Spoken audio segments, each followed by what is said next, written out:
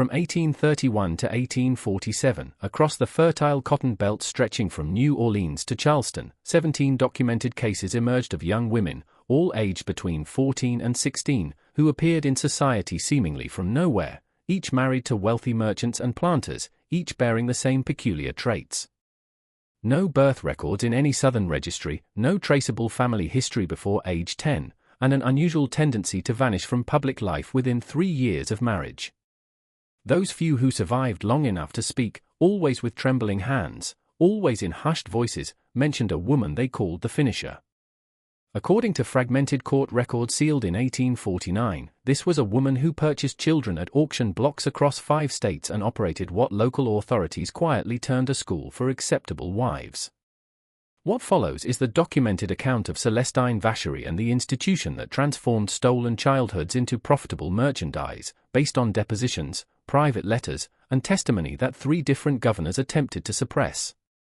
Before we continue with the story of Celestine Vachery and the Maison de Grace, if you're hearing this from anywhere in the South, Louisiana, Mississippi, Alabama, the Carolinas, or beyond, leave a comment telling us your state or city. Stories like these existed in shadows across our entire nation, and we want to know where our listeners are discovering these hidden chapters of American history. Don't forget to subscribe so you never miss these forgotten tales. Now, let's step back to where this horror truly began. Unusual heat came to the parishes surrounding New Orleans in the autumn of 1829. In the wealthy Garden District, where Greek Revival mansions stood like white temples behind iron gates, a modest 2-story house on Britannia Street attracted little attention. Its shutters remained perpetually closed, its garden grew wild with untended jasmine and oleander. The brass plate beside the door read simply, Maison de Grace, Private Academy for Young Ladies. That September, Celestine Vachery arrived in New Orleans with credentials that appeared impeccable, letters of introduction from Charleston, references from a finishing school in Savannah recently closed due to yellow fever, a modest inheritance allowing her to lease the Britannia Street property and hire a small staff. She was 34 years old, spoke French with a Creole accent suggesting old Louisiana families, and carried herself with the rigid posture of European boarding schools. The neighbors who bothered to inquire learned that Madame Vachery ran an academy for orphaned girls of good families fallen on difficult times. She accepted no visitors. Her students never appeared in public. The thick walls and closed shutters kept whatever happened inside those rooms a carefully guarded secret. But Celestine Vachery was no educator. She was a businesswoman who had identified a gap in a very specific market. In the slave-holding South of the 1830s, a complex social system governed every aspect of life. Wealthy planters needed wives who understood the intricate codes of Southern society, how to manage a household of enslaved workers, how to navigate delicate social hierarchies, how to produce legitimate heirs to inherit land and status. Young women from established families learned these skills from birth. But what of the men with new fortunes? The overseers who had scraped together capital, the merchants whose wealth came from trade rather than inheritance. These men had money but lacked the social connections to marry into established families. Their proposals were declined, their invitations went unanswered. Celestine Vachery understood these men would pay handsomely for wives who appeared to come from respectable backgrounds, women who could pass in society, manage a household, and ask no uncomfortable questions, women with no families to interfere, no brothers to demand explanations, no inheritance to complicate estate planning, women who could be purchased, trained, and sold like any other commodity. Her first acquisition came in October 1829 at an estate auction in Charleston. Among the furniture and silver stood 3 enslaved children, 2 boys and a girl. The boys went quickly. The girl lingered. She was perhaps 9, light-skinned enough for housework, but not yet old enough for heavy labor. Celestine bought her for $70. The bill of sale listed her name simply as Celia. No surname. No history. Just a child whose monetary value had been calculated in an account book. Celestine renamed her Claire Duveau. The transformation began immediately. On the journey to New Orleans, Celestine burned the girl's slave clothing and dressed her in a simple, respectable cotton dress. She forbade her from speaking unless spoken to. She taught her to lower her eyes in the presence of white adults, not with the cringe of the enslaved, but with the modest, demure manner of a well-bred young lady. "You are no longer what you were," Celestine told her in French. "That child died. You are Claire Deveau now. You come from a good family in Mobile that fell on difficult times. Your parents died of fever. You have no siblings. You remember nothing before you came to my school. Do you understand?" The girl nodded, not yet comprehending her entire existence was being erased and rewritten. At the Maison de Grace, Claire joined two other girls Celestine had acquired through private sales, situations where families needed to quietly dispose of children born from liaisons that could never be acknowledged. These girls had lighter skin, making them more valuable for Celestine's purposes. They could pass as white in a society that defined racial categories with pseudoscientific precision but applied them with deliberate blindness when money was involved. The daily routine at the Maison de Grace had nothing to do with traditional education. The girls rose before dawn. They practiced needlework for hours, fingers bleeding until their stitches became invisible. They studied household management not from books, but by managing Celestine's own household, learning to oversee cooking, cleaning, laundry, and accounting with brutal efficiency. Tutors taught them to read well enough for household accounts and devotional literature, basic arithmetic for expenses. They memorized the lineages of prominent Southern families to navigate social conversations. They studied the elaborate codes governing social interaction, which families were feuding, which subjects were never mentioned, which gestures indicated refined breeding. But most importantly, they learned silence. They learned to reveal nothing. They learned to smile graciously while deflecting personal questions, to present a surface so perfectly crafted no one would look beneath it. "Your past does not exist," Celestine reminded them constantly. "You emerged fully formed at age 10. Your family died. The tragedy is too painful to discuss. You repeat this until it becomes truth." The psychological training was sophisticated and brutal. Girls who resisted were locked in small rooms until they learned compliance. Those who ran were publicly returned by authorities who saw nothing wrong with a guardian disciplining wayward students. Those who attempted to reveal their origins discovered no one believed enslaved children over a respectable white woman with proper documentation. Celestine kept meticulous, but deceptive, records. Each girl had a complete false history, manufactured birth dates, fabricated family trees, forged baptismal records, letters from deceased relatives. She created identities so thoroughly documented they appeared more real than reality. By 1831, Celestine had perfected her system and began expanding. She traveled regularly to slave auctions in Charleston, Mobile, Savannah, and Richmond, always looking for specific characteristics: girls between 8 and 10, light skin that could pass for white, features suggesting European ancestry, intelligence and adaptability in their eyes. She never bought from the same auctioneer twice in 1 year. She used different names in different cities. She paid in cash and left no trail. The girls simply vanished from the slave system and reappeared years later as respectable young women with unverifiable but unquestioned backgrounds. In New Orleans, Celestine cultivated relationships with priests and officials, making generous donations. She attended Mass regularly, dressed in austere black, presenting herself as a pious widow devoted to charity. When neighbors asked about the girls in her garden, she spoke sadly of poor orphans she was training for domestic service. No one questioned why these students never left the property.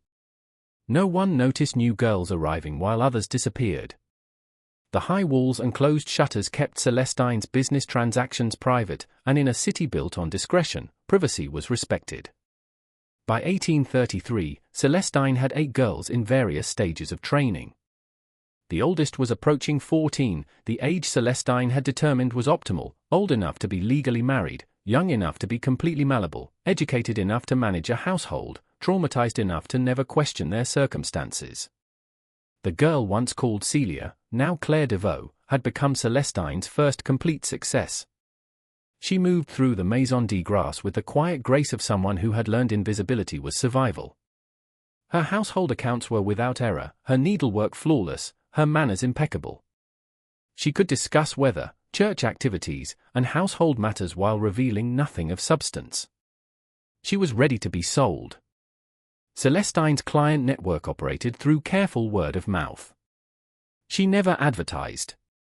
Instead, she cultivated relationships with merchants, lawyers, and brokers dealing with newly wealthy men seeking wives.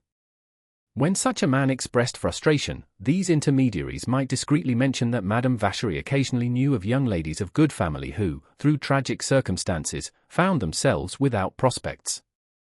The introduction was always handled with elaborate care. The prospective husband would visit for tea, meet the young lady in Celestine's presence. She would be appropriately modest, educated, grateful.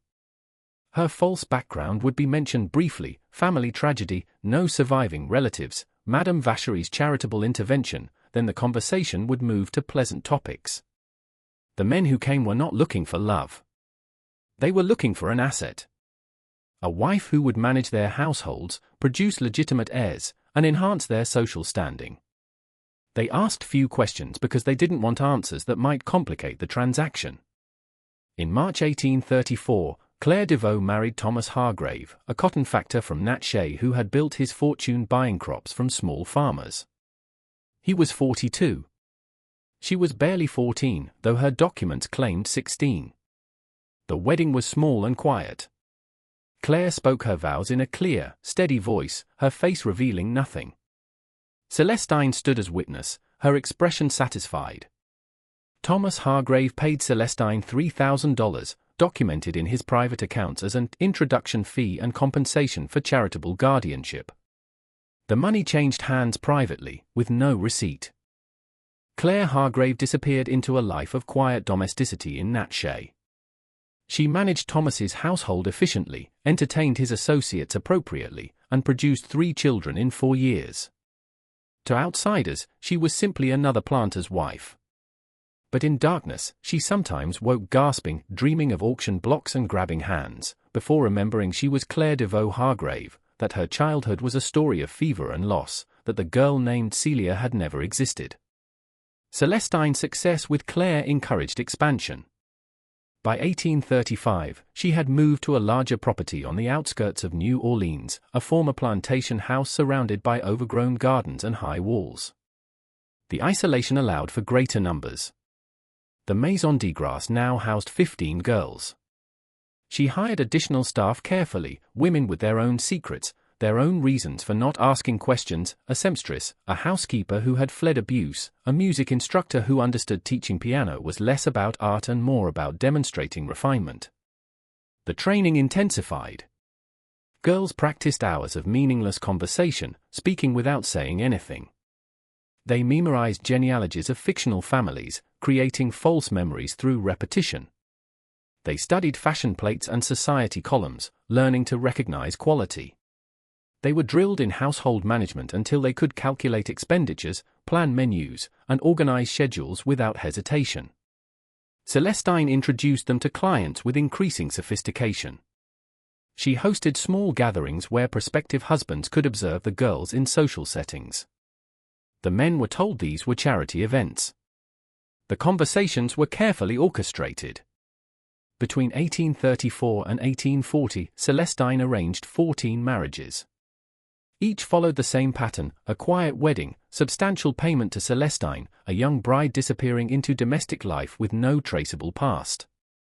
The girls ranged in age from 13 to 16, though their documents always claimed they were older. Their husbands were merchants, factors, overseers who had saved enough for small plantations, speculators who had profited from land deals. The money flowed steadily, $3,000 per girl initially, rising to $5,000 as Celestine's reputation grew. She invested carefully, purchasing property in New Orleans, Charleston, and Mobile.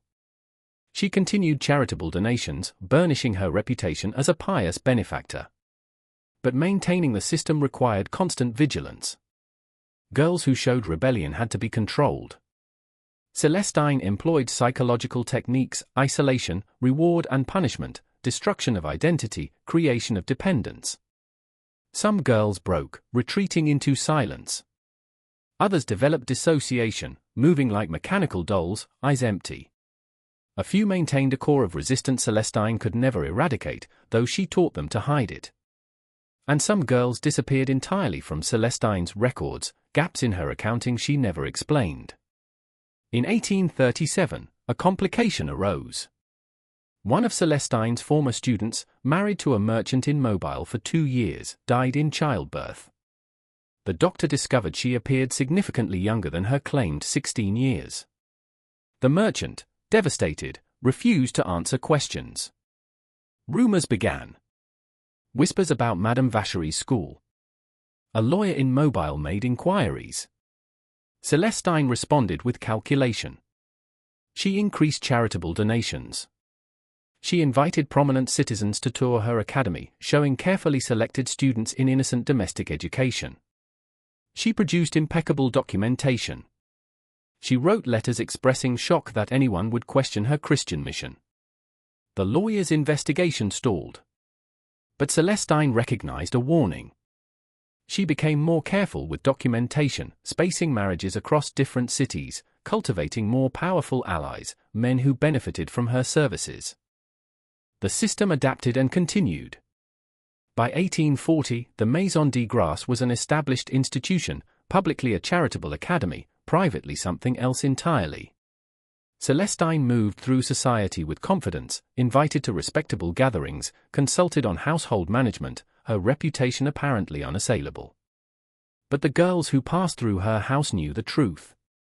They lived in a world where their existence before age 10 had been erased, where their identities had been manufactured and sold, where their futures were predetermined by financial transactions. Some remembered fragments, a mother's voice singing, a brother's laugh, the taste of shared food. But these memories became dreamlike, separated by layers of false history and enforced forgetting. They were taught survival depended on submission to the fiction. Any attempt to reclaim their true histories would mark them as delusional or criminal, mad women or fugitive slaves. The legal system offered no protection. The social system refused to acknowledge their existence outside the role Celestine had assigned. They were trapped in purchased identities with no legal right to reclaim the selves they had abandoned. At what point does the horror become clear? When Celestine first looked at a child on an auction block and saw a profitable investment. When the first girl learned her name and history had been erased. When the first marriage delivered a traumatized child to a man who paid for a wife with no inconvenient connections. Before we reveal what finally brought Celestine's operation into the light, what do you think drove women like Celestine Vachery to create such systems? Was it purely profit, or something darker? Leave your thoughts in the comments below. If this story is keeping you on edge, hit that like button and share it with someone who appreciates dark historical mysteries.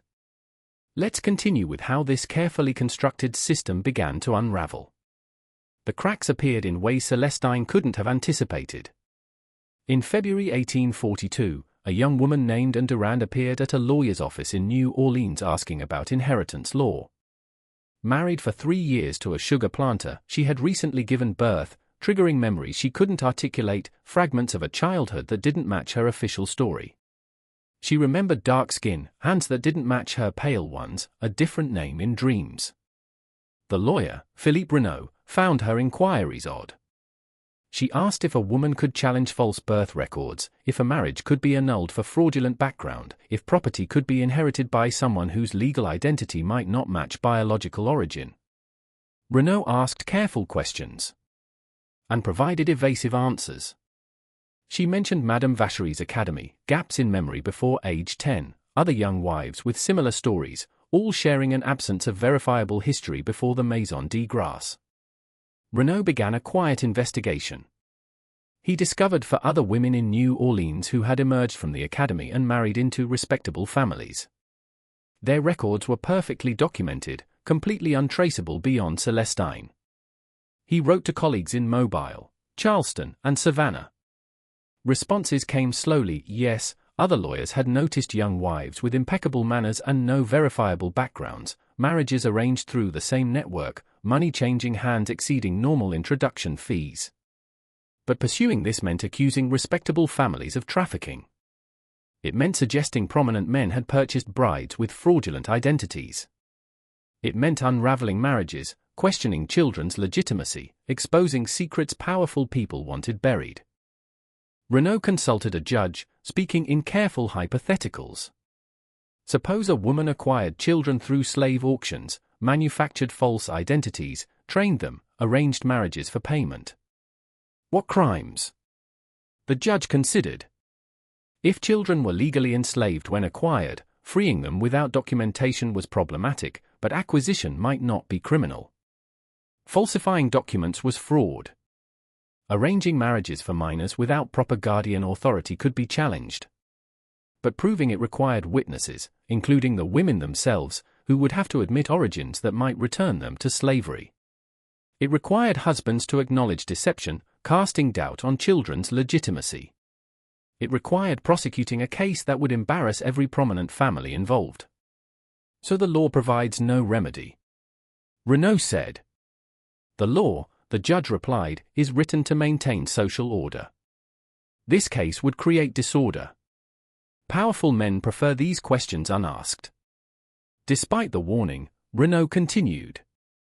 He interviewed and ran further, documenting her fragmented memories.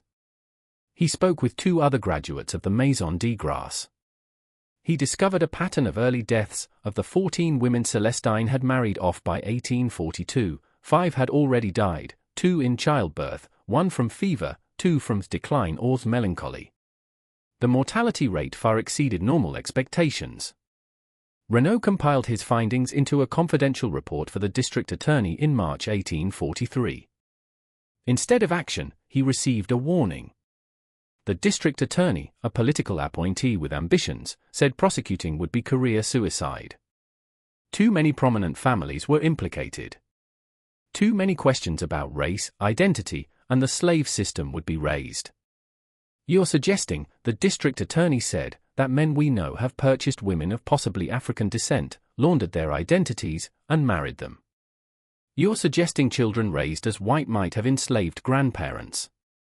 You're asking us to unravel the social fabric over technically legal transactions. Do you understand what would happen if this became public? The law should protect these women, Renault argued. The law, the district attorney responded, protects property and social order. These women are legally married. Their children are legitimate. Exposing this would create chaos. Drop this investigation or find yourself without clients. Renault faced a choice. Push forward and destroy his career, or step back and allow the system to continue. He chose a middle path. He stopped the official investigation but gathered evidence privately. He created a sealed file documenting everything: names of women, husbands, payments to Celestine, patterns of falsified documents. He deposited it with a clerk of court, instructions to open only under certain conditions. Then he advised Durand to stop asking questions, to return to her husband, to protect herself and her daughter by maintaining the fiction. The truth won't set you free, he told her. It will only destroy your life and your child's future. You are Durand. You were born in Mobile, orphaned by fever, educated by Madame Vacherie. This is your truth now. Live it. And return to St. Charles Parish. She never contacted Renault again. Whether she found peace or lived haunted by fragments, the records do not say. But Renault's investigation had consequences.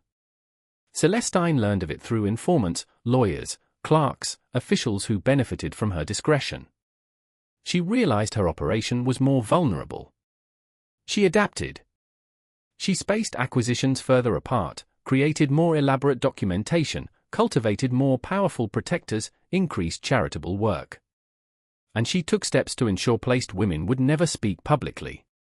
She visited several, ostensibly on friendly calls, with a clear message: exposure would destroy not just Celestine, but the women themselves and their children. Admitting true origins would invalidate marriages, bastardize children, potentially return them to slavery. Silence was their only protection. The system held because everyone implicated had reasons to maintain it. The women couldn't speak without destroying themselves.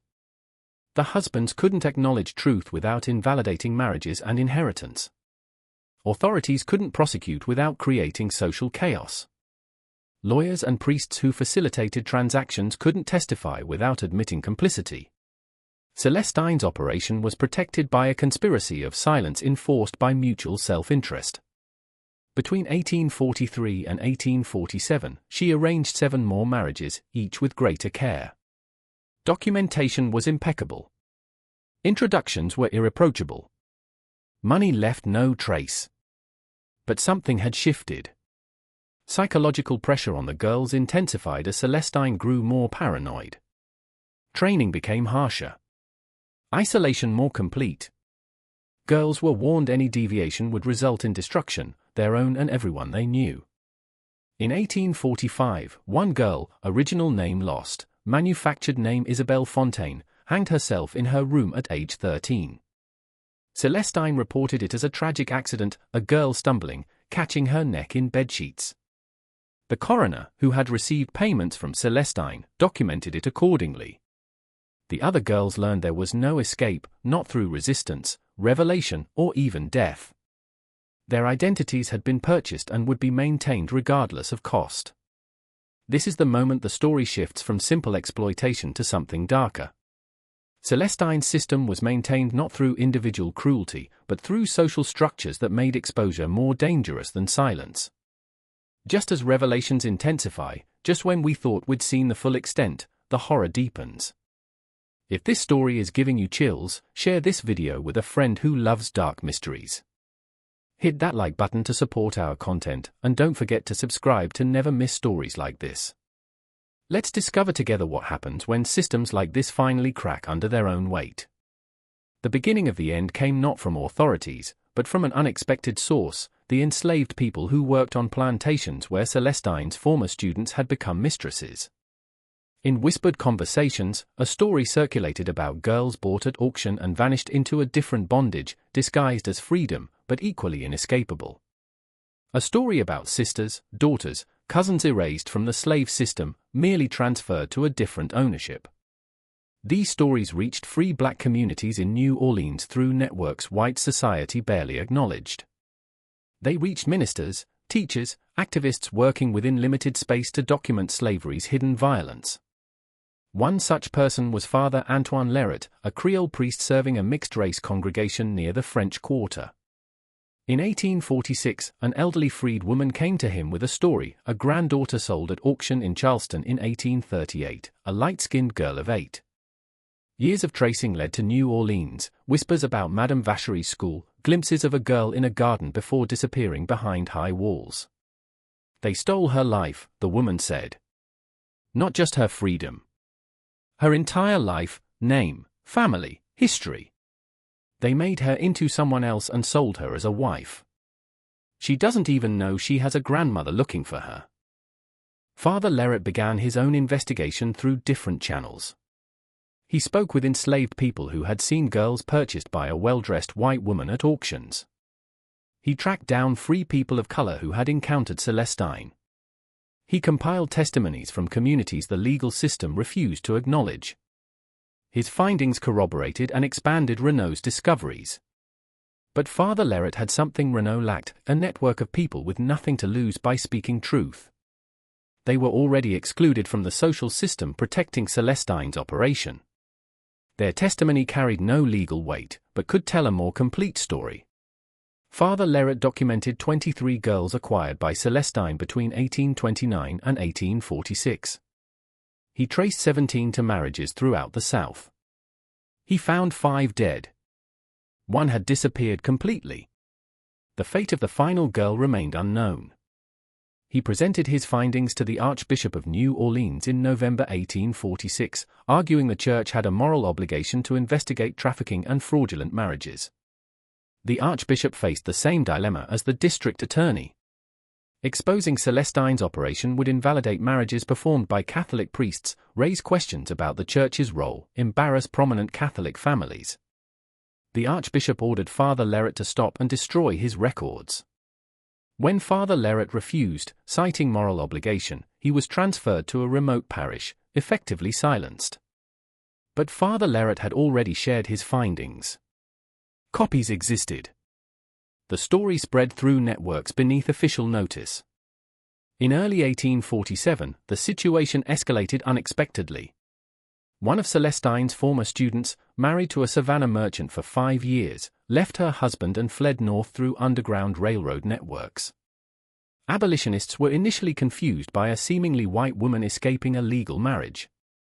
Her story, told safely in Philadelphia, provided new details: psychological techniques at the Maison de Grace, systematic destruction of identity, manufactured memories, constant surveillance, threats. She testified girls who resisted were confined, threatened with return to slavery, or told younger siblings would be purchased and subjected to worse treatment. Her testimony appeared in abolitionist newspapers in 1847 under a pseudonym.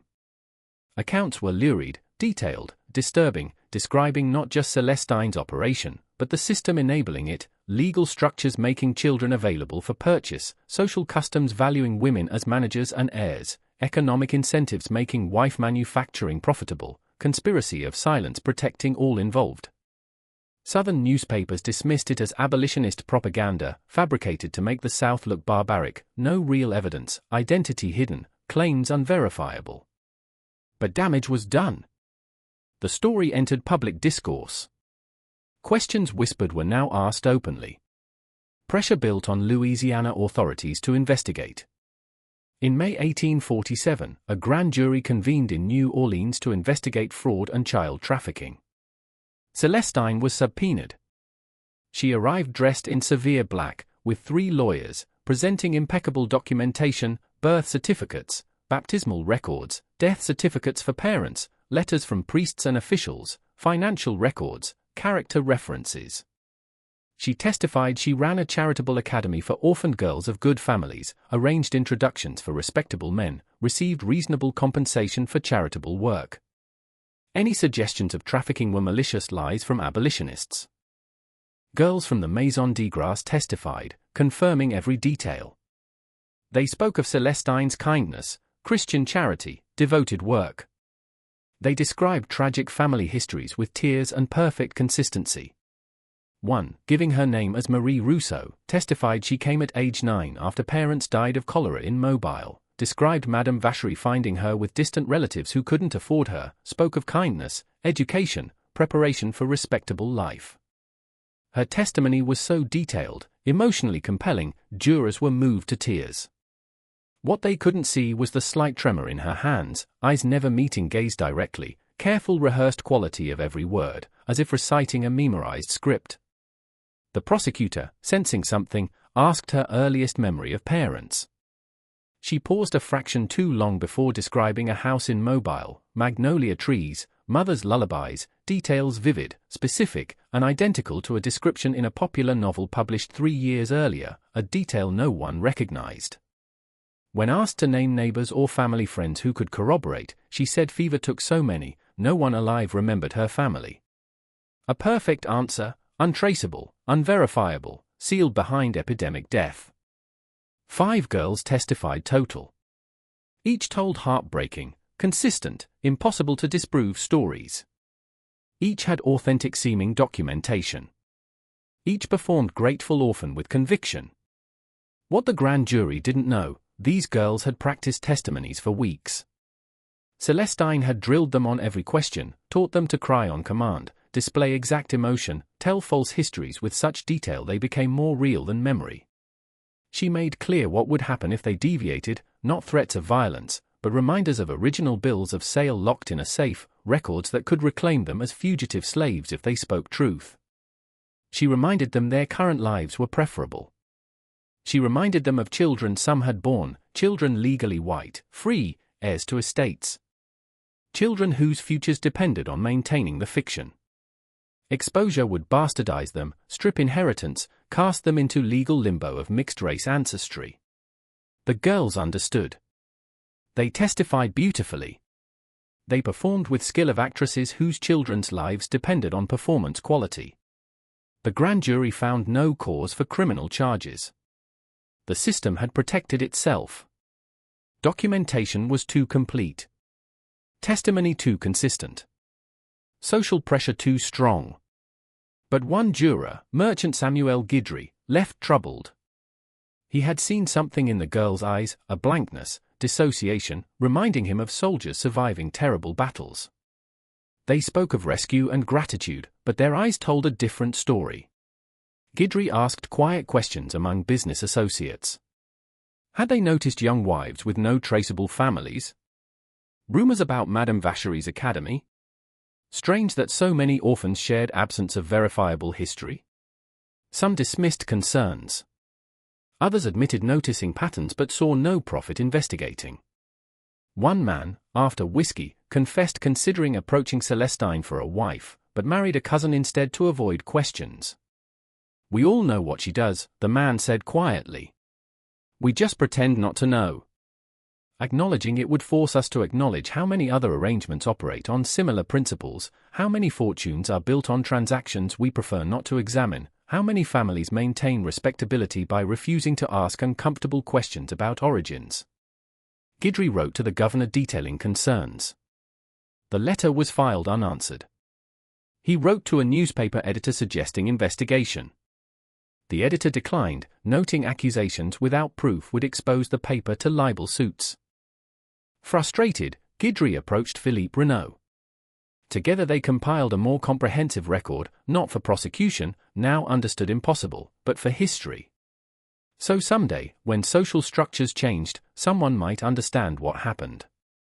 They documented not just trafficking mechanics, but the broader enabling system, legal structures, social customs, economic incentives, conspiracy of silence. Their document, sealed and deposited with the court, would not be opened for 70 years. Celestine walked free in June 1847. Her reputation somewhat damaged, operation legally validated. The case was closed. Justice, as defined by 1840s Louisiana, was served. But vindication didn't translate to continued success. Publicity made people nervous. Lawyers and brokers distanced themselves. Prominent families stopped recommending Celestine. The network fractured.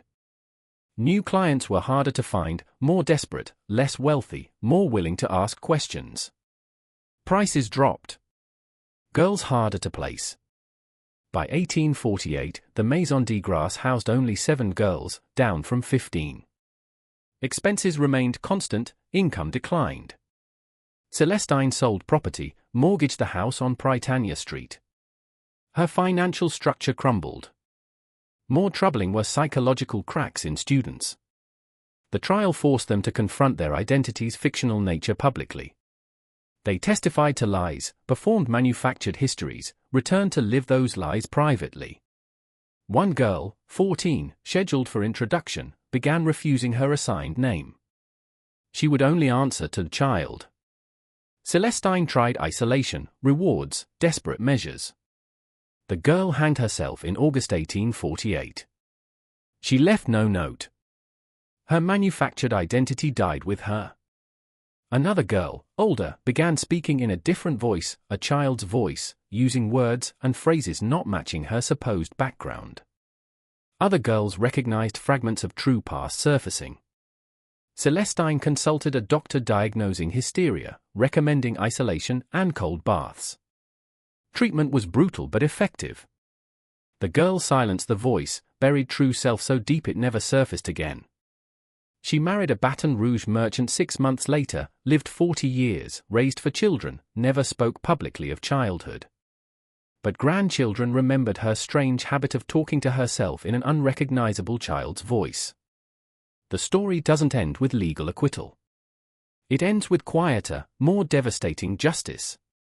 In September 1848, 2 women who had graduated from the Maison de Grace years earlier met at a church social in New Orleans. They hadn't seen each other since one married. The meeting was brief, proper. But something passed between them, a recognition, shared understanding of survival. They said nothing significant. Yet in that exchange of glances, they acknowledged truth. Beneath respectable identities lay erased childhoods, stolen names, histories never reclaimable. One, whether Margaret Sullivan or whatever her true name, left early claiming headache. She walked to the levee, stood looking at the Mississippi River over an hour, watching water move past, thinking of currents, depths, bodies carried to the Gulf over centuries. She went home, lived 6 more years. But something broke in that moment of recognition, the illusion she was unique, her situation isolated tragedy rather than systematic operation. Knowing intellectually there were others was different from seeing one, recognizing in another woman's eyes the same carefully maintained fiction. It made horror concrete. Between 1847 and 1849, 12 women who passed through the Maison de Grace died. Causes varied: childbirth, fever, consumption, accidents. The pattern was unmistakable: these women with manufactured identities died at rates exceeding statistical norm. Death certificates told conventional stories: complications in childbirth, pneumonia, consumption, accidental drowning. Each individually unremarkable, together a pattern whispering of something darker. Were these deaths random toll of 1840s Southern life? Medical knowledge suggested so. Doctors noted symptoms, made diagnoses based on humoral theory. But read between lines: women surviving childbirth 3 times dying during 4th, women in 20s developing a nervous exhaustion or brain fever, later understood as severe depression and anxiety, women losing will to live, fading despite no obvious illness. One left a letter discovered after death from melancholy. Never made public, copies survive privately. Found by her husband in her Bible hours after death, placed in a locked drawer for 30 years. Children found it settling his estate, debated destruction, decided to preserve as testament to suffering they couldn't understand. The letter began with apology: I must write this down, though it serves no purpose except to unburden my conscience. I am not writing to accuse or seek justice. I need just once before I die to acknowledge the truth of my own existence. She described life as series of performances: gracious hostess, devoted wife, loving mother. Constant vigilance to maintain manufactured identity, remember which stories told to whom, never contradict, never reveal gaps. I have become so skilled at lying I no longer know what truth feels like. I can describe in perfect detail a childhood that never existed. I can summon tears speaking of parents I never knew. I have created memories through repetition until they feel real. But underneath is emptiness, a void where my true history should be. She described psychological cost, constant fear of exposure, isolation of never being truly known, peculiar loneliness among people believing they knew her while having no idea who she actually was. My children ask about their grandmother. They want to know what she was like, where she came from, what stories she told. And I must lie. I must invent a woman who never existed, create memories of love and loss with no foundation. I am teaching my children to build identities on fiction. What kind of mother does this? Most devastating, description of moments real past surfaced. Sometimes in dreams I remember things: a woman's voice singing, smell of cooking I cannot name, words in a language I was taught to forget. These memories feel more real than any story I learned. But I cannot claim them. I cannot build a life on fragments. I wake feeling I am losing my mind, unable to trust my own memories, unable to distinguish between what Madame Vacherie taught me to remember and what might actually have happened. I am a ghost. I haunt my own life. Every mirror shows a stranger. Every question about childhood requires a lie. I have become so accustomed to fiction I can no longer locate truth. What does it profit a woman to gain a respectable life if she loses her entire self? The letter continued, detailing Maison de Grace techniques: repetition, isolation, psychological manipulation, dissociation training. She wrote of other girls, some dead, some vanished into marriages, all carrying burden of manufactured identity. Ended with reflection cutting to heart of Celestine's operation: Madame Vacherie did not just steal our freedom or childhoods. She stole our ability to know ourselves. She made us strangers to our own lives. She taught us survival required complete annihilation of true selves. And the most terrible part is she was right. I have survived. I have a comfortable home, healthy children, respectable position. But the price was the death of whoever I actually was. I will never know that girl. I have mourned her more deeply than anyone because she is the only person I have truly lost. And I don't even know her name. The letter signed with her married name, false identity become only reality. Celestine died November 1849, age 54. Cause recorded as heart failure. Died in her house on Prytania Street, surrounded by respectability's trappings. Died alone. No family attended. She had claimed none, perhaps one of few truths she ever told. Girls at Maison de Grace stood in her room as she died, watching without tears. They had been taught not to show emotion except when strategically useful.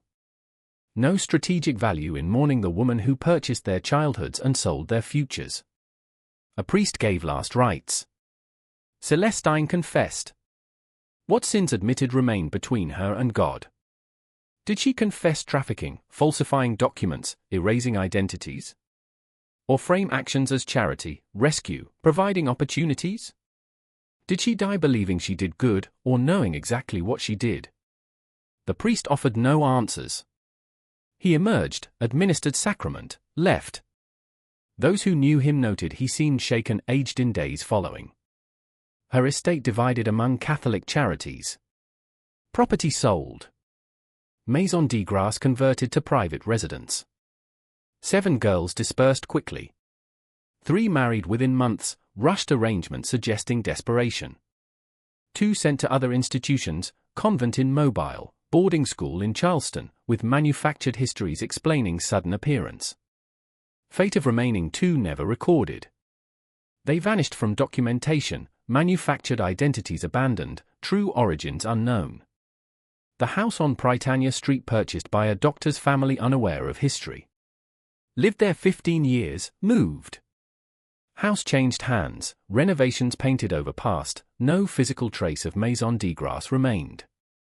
But in 1890s, during renovations, workers discovered a small room sealed behind false wall. Remnants suggested a cell, scratches marking days, names carved in floorboards with fingernails, phrases in unrecognizable languages. Room approximately 6 by 8 feet, no windows, only small ceiling grate. Workers showed homeowner, who ordered room filled with concrete, sealed permanently.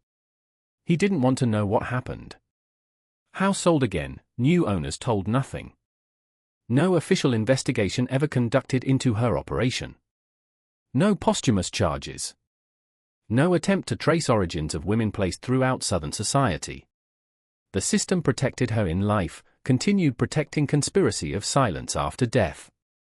But informal networks, free people of color, enslaved communities, maintained records, names of disappeared girls, descriptions of selection, warnings to mothers.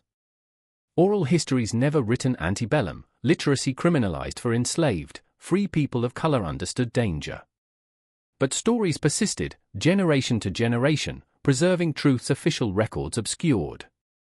After emancipation, some stories recorded, former slaves describing children vanishing from auction blocks purchased by well-dressed white women claiming domestic servants, actually feeding different market. Testimonies collected by Freedmen's Bureau agents, abolitionist historians corroborated details no one investigated during Celestine's lifetime. Records show, pieced from private letters, sealed depositions, church registers, testimony from Renault and Father Leret. Philippe Renault's sealed file contained names, dates, financial records tracking money flow. Obtained bank records through cooperative clerk breaking confidentiality for moral cause. Showed deposits totaling over $200,000 between 1829 to 1849, enormous fortune built on child trafficking. Records showed money went to property purchases throughout South, investments in banks, railroads, cotton futures, charitable donations building reputation and buying protection, payments to lawyers, officials, priests, not bribes, but legal fees ensuring cooperation. Father Leret's documentation included genealogical research tracing fates of women through Maison de Grace. Mapped marriages, children, deaths. Interviewed people who knew them, observed struggles, witnessed suffering.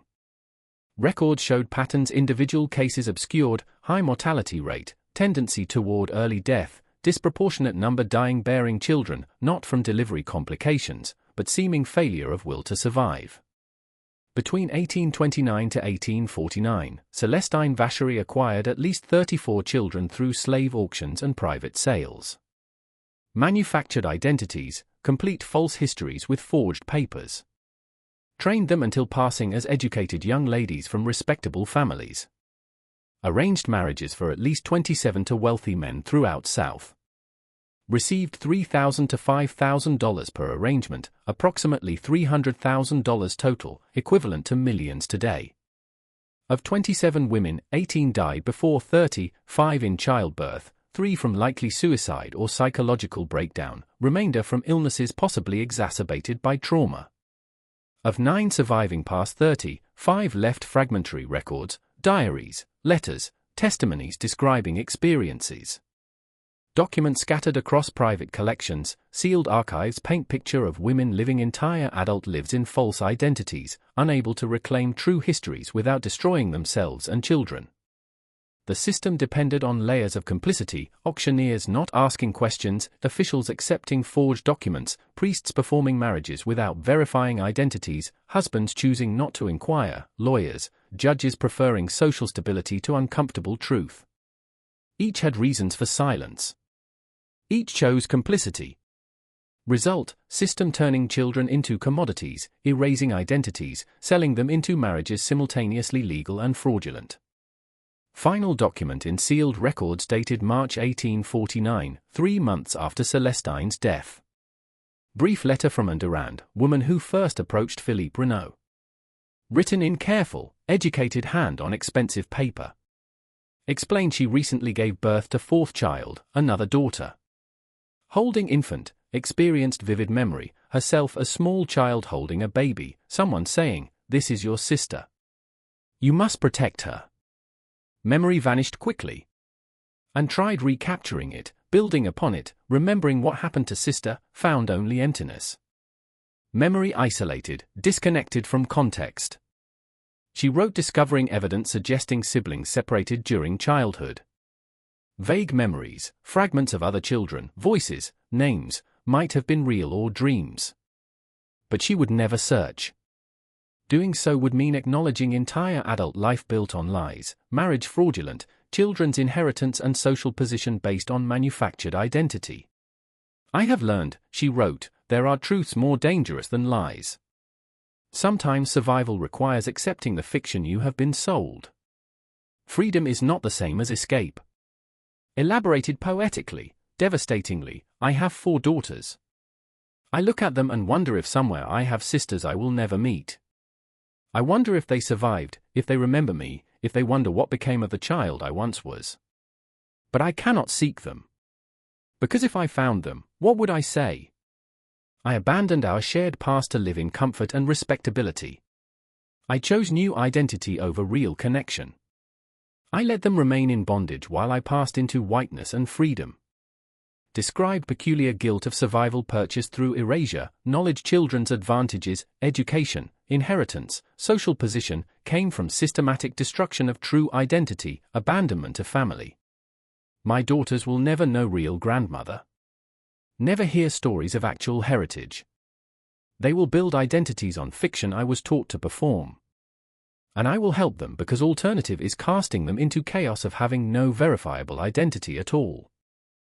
Ended with question echoing through all testimonies, depositions, fragmented records. How many women in the South live with similar secrets? How many families built on erased histories and manufactured identities?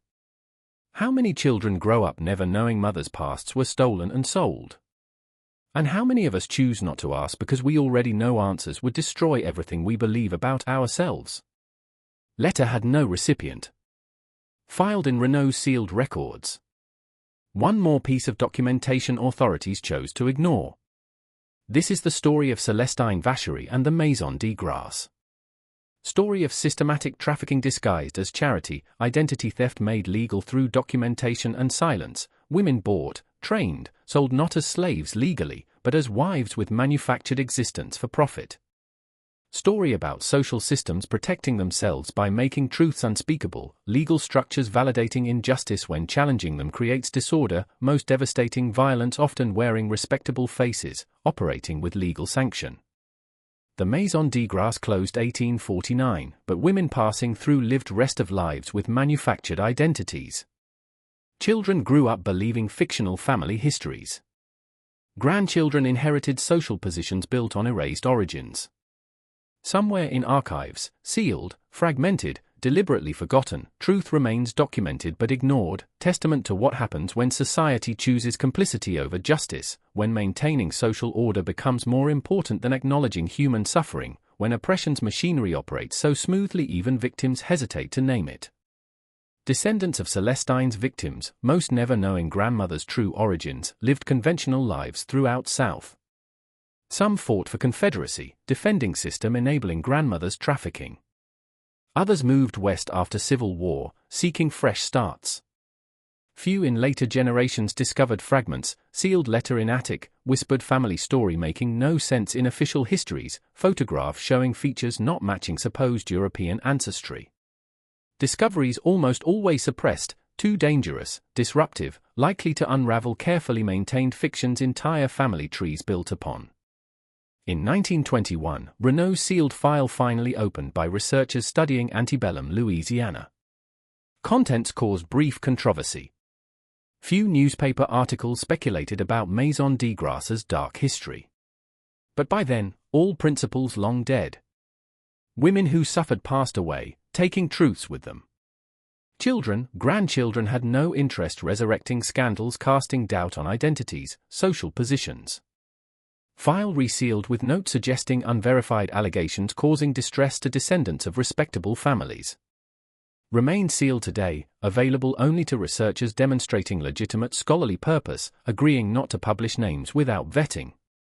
But story persists through different channels, descendants of enslaved people with stories of children vanishing into white woman's house, emerging as someone else, historians studying racial identity complexities in antebellum South, those understanding most effective oppression often disguises itself as rescue, charity, opportunity. This mystery shows systematic cruelty operating within legal structures, protected by documentation and social complicity rather than force. What do you think? Do you believe everything revealed, or think secrets still buried in sealed archives? How many similar systems operated in shadows of antebellum America? Leave your comment below. If you enjoyed this tale and want more horror stories like this, subscribe, hit notification bell, and share with someone who loves mysteries. See you in the next video.